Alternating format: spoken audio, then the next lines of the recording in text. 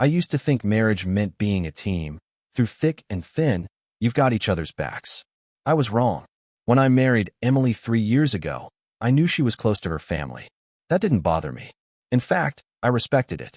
I grew up with a dad who taught me that you help family without keeping score. So when Emily's mom fell behind on rent, I stepped in without hesitation. At first, it was just small things, paying for their groceries here, covering a utility bill there. They always acted grateful, calling me a good man, and insisting they'd pay me back someday. But someday never came. And honestly, I didn't push. I figured it's family. Then came the eviction notice. Emily's mom, stepdad, and younger brother were all being kicked out of their apartment. Emily was in tears, begging me to let them stay with us just for a few weeks until they found another place. I hesitated. Our house was my late father's. I'd inherited it outright, and it was my pride and joy, paid off, full of memories, and in my name only. But I told myself it was temporary, just a roof over their heads until they got back on their feet. That was the biggest mistake of my life. The first week, they acted like guests. Emily's mom made dinner once or twice. Her stepdad offered to mow the lawn, and her brother kept mostly to himself. I thought, okay, this might not be so bad. By week 3, the temporary vibe was gone. They spread out like they owned the place. Her mom's stuff started showing up in the kitchen cabinets, pushing mine to the back. Her stepdad took over my garage, moving my tools to a corner so he could set up his workbench. And her brother? He planted himself in my living room, playing video games all day, leaving energy drink cans everywhere like some kind of raccoon with Wi-Fi. I asked Emily if they'd been looking for an apartment, and she gave me the same vague line every time. They're trying, but you know how expensive rent is right now. Meanwhile, I was footing the grocery bills, paying for utilities that had doubled, and watching my own house start to feel unfamiliar. The first real red flag? I came home one night to find they'd rearranged the living room to make it more comfortable. My favorite recliner was shoved into the corner, and the stepdad was sitting in my spot like he was king of the castle. That's when I realized they weren't just staying here. They were settling in. It didn't take long at all for the polite veneer to completely shatter. By the time 2 months had slipped by, the idea of sharing my house felt like a cruel joke. I wasn't the owner or even a resident in control anymore. I was just a guest, tolerated only when it suited them. Her stepdad began making little snide remarks under his breath every time I entered a room, comments dripping with resentment. Things like, must be nice, having everything handed to you on a silver platter. Or, some people just coast through life, huh? I wanted to snap back, to remind him that my father had busted his ass his entire life, working himself into an early grave just to leave this house to me, and that I'd been the one maintaining it, paying the bills, fixing the leaks, and keeping everything running smoothly for years. But what was the point? They didn't care. Emily's mom wasn't any better. She began nitpicking the smallest things, how I loaded the dishwasher, the way I folded the laundry, even the brand of coffee I bought. Once, she loudly complained that my taste in groceries was cheap and unhealthy. I felt like I was living with critics instead of family. Her younger brother? He just treated the place like his personal playground.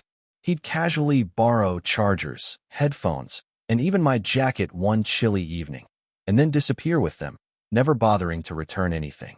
When I asked for my stuff back, I'd get a shrug or an excuse. It was infuriating. Whenever I tried to set boundaries or push back, Emily would instantly transform. Her eyes would fill with tears, or she'd wear that wounded expression that made me hesitate every time. They're just stressed, she'd say softly. Try to be more understanding. I was understanding. I gave them time, patience, and every chance to respect me and the home I worked so hard for. Then came the breaking point. One evening, I came home exhausted from work, looking forward to unwinding with a drink from my liquor cabinet, only to find it completely cleaned out. Gone.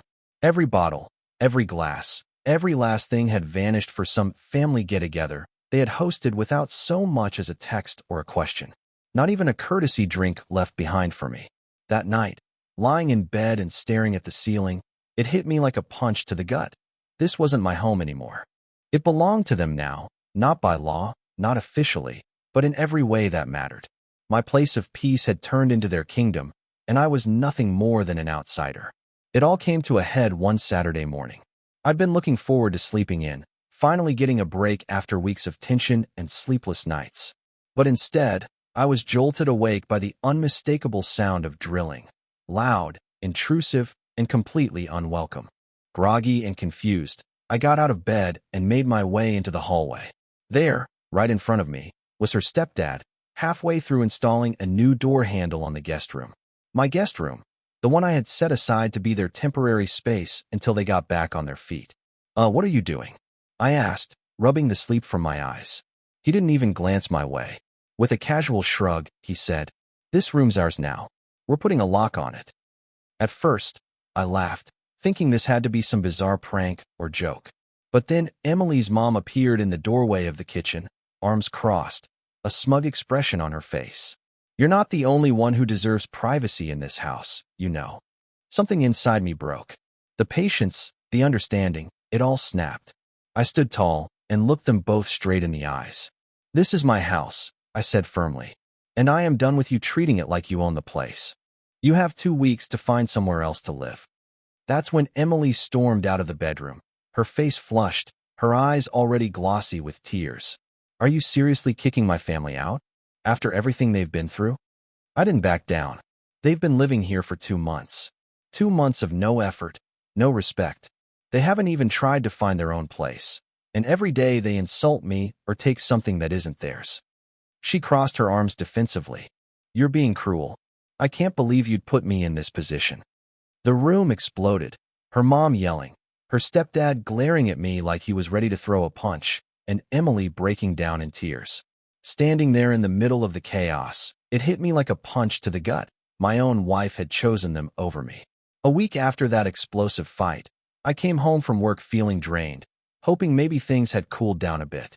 But the moment I pulled out my keys at the front door, I realized something was very wrong. My key wouldn't turn in the lock. I tried again. Nothing. For a second, I thought I was losing my mind. Maybe I was using the wrong key, or maybe the lock was jammed. So I jiggled the key a few more times, but it was useless. Then I knocked on the door, expecting Emily to answer or at least hear me.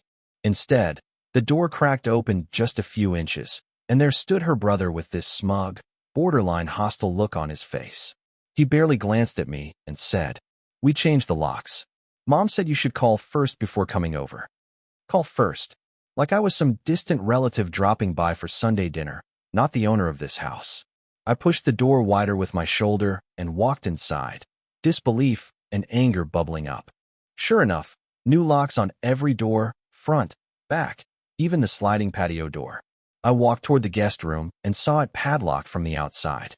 The room I used to think was just a temporary refuge for them now looked like a fortress.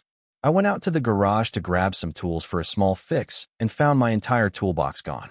My favorite recliner chair, the one I'd spent hours perfecting the position of, was missing from the living room. Emily appeared from the kitchen, trying to look casual but clearly sheepish. "They were worried about security," she said, as if that explained everything. I couldn't help but laugh bitterly. "Security from what, Emily? I own this house. I'm the one who pays for this place."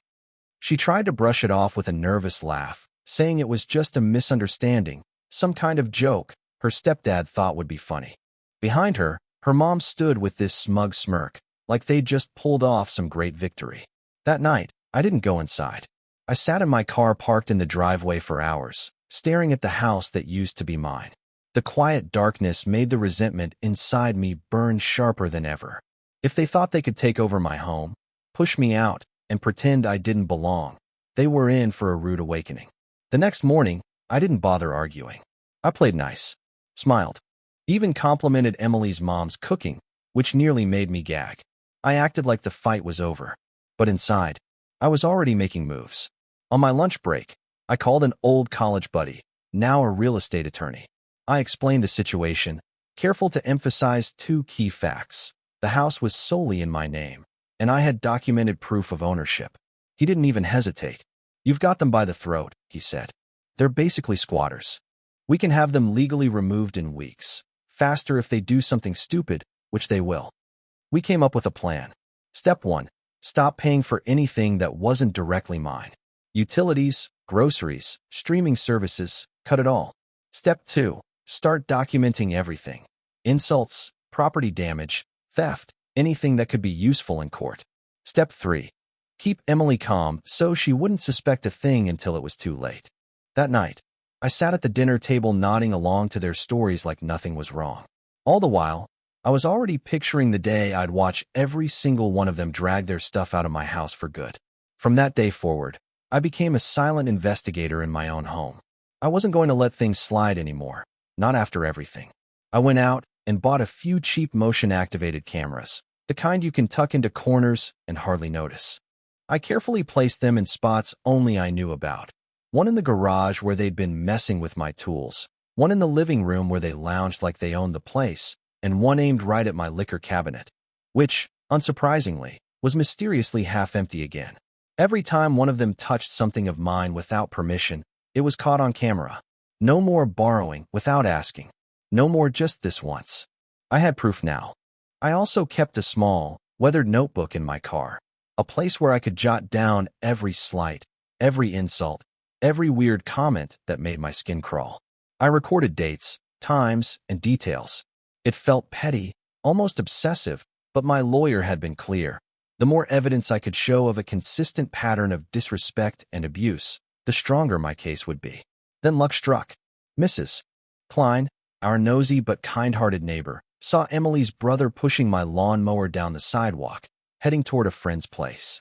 He claimed he was going to sell it for gas money. She snapped a photo and sent it straight to me with a message. "Is this your mower?" Jackpot. Every night, I'd sit in my car after work, watching the footage again and again, letting the frustration build into something cold and calculated. I imagined their faces when they'd find out I had them cornered. Emily, bless her, still thought I had somehow gotten over it, but nothing was further from the truth. I was laser-focused, sharper than ever. Every insult they hurled was another nail hammered in the coffin. Every stolen item was another screw tightened.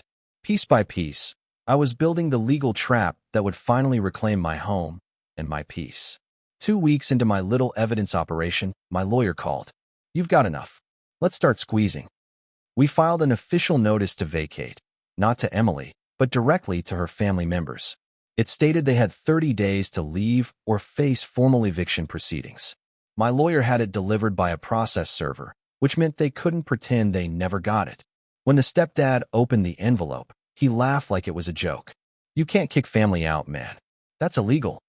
"Oh, it's very legal," I said and walked away. That night, Emily cornered me in the bedroom. Her voice was shaking. "What the hell are you doing?" "I'm taking my house back," I told her. She accused me of trying to ruin her family. I reminded her I wasn't the one who'd changed the locks, stolen property, or treated the homeowner like a stranger. She stormed out and spent the night in the guest room, their guest room. The tension was so thick you could choke on it. But I didn't care. The clock was now ticking, and every day that passed was one day closer to watching them leave. The eviction notice was supposed to scare them off, right? Make them pack up and leave. Instead, it lit a fire under them, but not the kind I wanted. They decided to make my life a living nightmare. Emily's brother turned into a full-time nuisance overnight. He started blasting music at 2 a.m., like he was throwing a party just to spite me. One night, I found soda spilled all over my couch cushions, sticky and stained. The smell lingered for days. Trash mysteriously appeared in my office. Empty snack wrappers, soda cans, old takeout containers, as if they were marking their territory. Emily's mom took a more passive-aggressive approach. She cooked these massive meals, enough to feed a small army, and then left every dish piled in the sink, unwashed for days. It was like some petty, simmering protest against me living there. The stepdad didn't even bother to hide his contempt. He started parking his big, rusted truck right in my driveway spot, forcing me to drag my stuff down the block just to find a parking space. But here's the thing. Every noisy night, every dirty dish, every little act of vandalism or disrespect, my hidden cameras caught it all. I wasn't just watching. I was silently begging them to keep going, to show their true colors even more. Then they really screwed up. One afternoon, I came home early, unplanned, just lucky timing. I walked into my office to find the stepdad rifling through my desk drawers like he was hunting for buried treasure. He hadn't noticed me yet. I stood frozen in the doorway, watching him take papers out, flipping through envelopes. Finally, he looked up, surprised to see me. "What the hell are you doing?" I asked, trying to keep my voice calm. He mumbled something about looking for a pen, but my cameras had caught every second of him going through my personal and financial documents. I didn't yell. I didn't shout. I just smiled, quietly thinking about how much my lawyer was going to love this little treasure trove of evidence. Every day, they thought they were pushing me to the edge, trying to break me down. But the truth was, with every insult, every theft, every disrespectful act, they were just stacking the bricks higher, building a wall that was about to come crashing down on them. 3 weeks after serving the eviction notice, my lawyer filed the paperwork to begin a formal eviction hearing. Since I owned the house outright, and I had meticulously documented every single instance of their disruptive behavior, this case was about as open and shut as they come. I was confident. More than confident, I was ready. On the morning of the hearing, Emily refused to come with me. Her excuse? She said she couldn't watch me do this to her family. I wasn't surprised. I wasn't angry either. It was just another sign of where her loyalties truly lay. So I walked into that courtroom alone. Well, not entirely alone. I carried with me a thick stack of evidence that spoke louder than any words ever could. The judge barely let me finish my opening statement before cutting in with a sharp question. "Do you have proof of these claims?" I smiled inwardly. Oh, did I have proof? There were videos of them stealing from my home, damaging my property, and even changing the locks without my permission. Photographs from Mrs. Klein, our neighbor, catching her son trying to sell my lawnmower down the street. And detailed written logs I'd kept. Every insult, every petty crime, every act of blatant disrespect meticulously recorded. By the time I finished presenting my case, I could see the judge's face twist in genuine disgust. It was clear to him they'd crossed every line imaginable. Without hesitation, he ruled that they had exactly 7 days to vacate the property. No extensions, no appeals. If they refused, the sheriff would be authorized to physically remove them. When I got home later that day, I didn't say a single word. I walked straight to the kitchen table and slid a copy of the court order across it. Emily's mom snatched it up, her face turning bright red before she exploded into screaming. The stepdad cursed me out loudly, and her brother called me every name under the sun. Loser, jerk, heartless. Emily, she just stood there, staring at me like I was a stranger, like the man she married had suddenly vanished. 7 days. 7 long, tense days. And I was counting every single hour, knowing that soon, finally, my house would be mine again. With the court order on the table, the house felt like a war zone. Every look between Emily and me was charged, like we were standing on opposite sides of a battlefield. Her family acted like they owned the place even more now, but their bravado was cracking. The stepdad's sneers turned into desperate glances. Her brother stopped blasting music at night, and even her mom didn't leave piles of dishes anymore. But Emily? She was a different story. She pulled me aside one evening, tears streaming down her face. "Why are you doing this? Can't you just forgive them? We're family." I swallowed hard, trying to keep my voice calm. "Emily, I was family. But family doesn't treat you like a stranger. They don't steal from you, insult you, or lock you out of your own home." She shook her head. "You don't understand. They've been through so much." I looked her straight in the eyes. "And I've been here too. I've been the one cleaning up after them, paying for their mistakes, and watching my home turn into a circus." The next few days were tense, every minute ticking closer to eviction day. Emily's loyalty was torn, and I wasn't sure where I stood in her heart anymore. The morning the sheriff arrived, I woke up early, nerves twisting in my stomach like a storm was coming, because it was. Her family acted like soldiers ready for battle. The stepdad refused to pack until the last possible second, dragging his feet and yelling at everyone. Her brother tried to hide some of my things in the bushes, but the sheriff caught him red-handed. Emily showed up for the first time in weeks, tears streaming, but eyes burning with fury. "You can't do this to your own family," she yelled at me. I shook my head. They stopped being family the day they started treating me like a stranger. As the movers came in to help, boxes flew everywhere. Insults were hurled like weapons. Her mom accused me of cruelty while the stepdad threatened legal action, a pointless gesture after what had already gone down in court. When the last box was loaded and the front door shut behind them, the house finally felt like mine again. But Emily? She stood there silently, like she didn't know what to say or where to go. After her family was gone, Emily and I barely spoke. The silence between us was heavier than any argument. One evening, I finally asked the question I'd been avoiding. What happens now? She looked away, voice small. I don't know if we can fix this. I nodded, feeling the truth settle in like a stone in my chest. I loved her once. Maybe I still did. But love doesn't mean ignoring disrespect and betrayal. I told her I was contacting a divorce lawyer. She broke down crying, begging for a second chance. But I couldn't undo what had been done. I'd fought hard to save my home, but in the process, I lost the woman I thought was my partner. The divorce process wasn't easy. Emily tried to negotiate to keep the house, but legally, it was mine. The court agreed, since it was in my name, and she'd sided with her family in ways that undermined our marriage. Packing up the last of her things was surreal. No more shared dinners, no more arguing about bills or family drama. Just silence, the kind that finally feels like peace. Before she left, she said quietly, I guess family doesn't always mean what I thought it did. I didn't respond. I just locked the door behind her, finally closing the chapter that had taken over my life. Looking back, I realized I was trying to save more than just a house. I was trying to save a family that didn't want to be saved. Helping my wife's family started as kindness but became a trap. Boundaries were ignored, respect was thrown out the window, and loyalty was one-sided. My advice to anyone in a similar spot: set clear boundaries early. Helping doesn't mean losing yourself. Protect your assets and yourself legally. It's not unkind, it's necessary. Watch for patterns. People don't change just because you want them to. And most importantly, remember your worth. You deserve respect, even from family. It was a painful road, but I'm finally free, and I'm done being anyone's doormat.